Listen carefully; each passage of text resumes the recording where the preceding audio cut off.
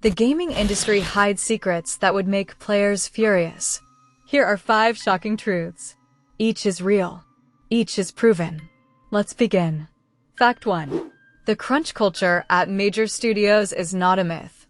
It is systematic abuse. Developers at Rockstar worked 100-hour weeks for months to finish Red Dead Redemption 2. Employees slept under desks.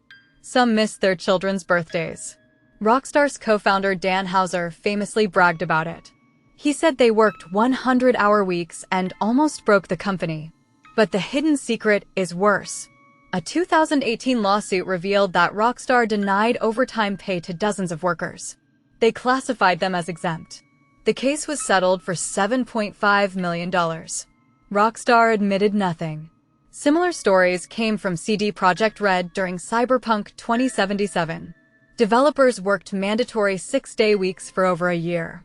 The management promised no crunch. Then they forced it anyway. Employees leaked emails showing threats of termination if they refused. The game launched broken. Developers received death threats from angry fans. The company gave them bonuses only after public outrage. Today, most studios still crunch. They just hide it better. Even indie studios are not immune. Small teams work 70-hour weeks to meet Kickstarter deadlines. Burnout is everywhere. The industry refuses to unionize. Without unions, crunch will never end. Fact 2. Game pre-orders are a trap. Publishers know this. They still push them because pre-orders hide the game's true quality. When you pre-order, you give money before any review. The publisher already has your cash. They have zero incentive to fix bugs or deliver a finished product. Cyberpunk 2077 sold over 8 million pre-orders before launch. 8 million people paid for a game that barely ran on last-gen consoles. Sony removed it from the PlayStation Store. CD Projekt Red offered refunds only after investors sued. The refund process was so broken that most players gave up. Same story with No Man's Sky. Sean Murray promised multiplayer, planets with unique ecosystems, and space battles. None of that existed at launch. Yet pre-orders made Hello Games millions. They spent years fixing the game. But the lesson is clear: never pre-order. Wait for reviews. Publishers hate this advice because it costs them money. Every time you pre-order, you tell them that quality does not matter. The pre-order bonus is a trick. A weapon skin or early access is not worth $60. The only exception is for physical collector's editions. But even those can be bought after launch. Patience saves money and frustration. Fact 3. Loot boxes are gambling. But the gaming industry refuses to call them that. A loot box is a virtual container that gives random rewards. You pay real money for a chance at a rare skin or character. The odds are hidden. The rewards are designed to be addictive.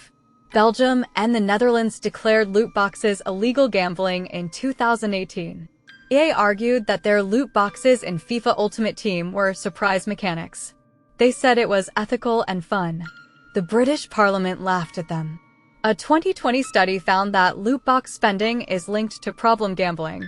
Teenagers spent hundreds of dollars chasing rare items. Some stole from their parents. Others sold their belongings. EA made over $1.6 billion from Ultimate Team in a single year. That is more than most countries' GDP. And they still deny it as gambling. The United Kingdom is now considering a ban. The United States has done nothing.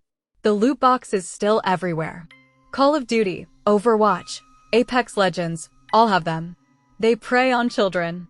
And the industry calls it monetization. The psychological tricks are the same as slot machines. Variable rewards, near misses, and flashy animations. Your brain releases dopamine. You get hooked. Then you spend more. If you want to fight back, never buy loot boxes. Not even one. The industry only responds to lost revenue. Fact 4. Game review scores are manipulated. Publishers pressure critics to give high scores. They threaten to revoke early access if a reviewer gives a bad score. This is called review embargo abuse. Bethesda famously banned reviewers who gave Fallout 76 low scores. The game launched with game-breaking bugs, missing textures, and a canvas bag that was actually nylon.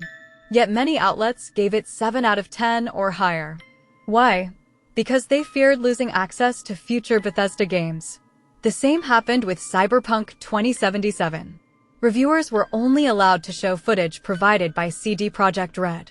No console footage was allowed. The review embargo lifted just before launch. Critics who gave low scores were attacked by fans. But the real scandal is Metacritic. Publishers give bonuses to developers based on Metacritic scores. A difference of 1 point can cost a studio millions. Developers are forced to cut features to meet deadlines. They release broken games. Then they patch them later. The review system is broken. The only reliable reviews come from independent creators on YouTube and Twitch. They are not controlled by publishers. But even they face pressure. Sponsorships and free copies create bias. The only way to know if a game is good is to wait 1 month after launch. By then, real players have spoken. Also, check Steam user reviews. They show the percentage of positive ratings. And you can see how many hours the reviewer played. A person with 200 hours is more trustworthy than a critic who played 5 hours. Use that data. Fact 5. Digital storefronts can take your games away at any time. You do not own your digital games. You own a license. The platform can revoke that license for any reason. Ubisoft did this in 2022. They announced that players who own The Crew would lose access. The game's servers were shutting down. But the single-player mode also required an internet connection. Without servers, the game became a brick. Players who bought the game for $60 could no longer play it. Ubisoft offered no refunds. Steam can also ban your entire account for a single violation. If you charge back a fraudulent purchase, Steam locks your account.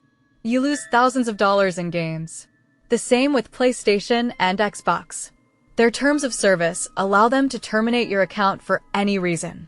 No court, no appeal. Your library disappears. Physical games are the only true ownership. But even they require patches and day one updates. Without the internet, many physical discs are unplayable. The industry wants an all-digital future. That future means you own nothing. They can delete your games whenever they want. The only solution is to support GG, where games come without DRM. Or buy physical. Or pirate abandonware. The choice is yours. There is also a legal loophole. In the European Union, digital licenses are considered sales, not rentals. But most platforms ignore this. They hope you do not sue. A class action lawsuit is coming. Until then, back up your games. Save offline installers. Do not trust any store. They are not your friends. They are businesses. And businesses protect profits, not players. 5 secrets that the gaming industry hides. Crunch culture destroys lives. Pre-orders are a scam. Loot boxes are gambling. Reviews are manipulated. Digital games are not yours. Subscribe for more gaming secrets.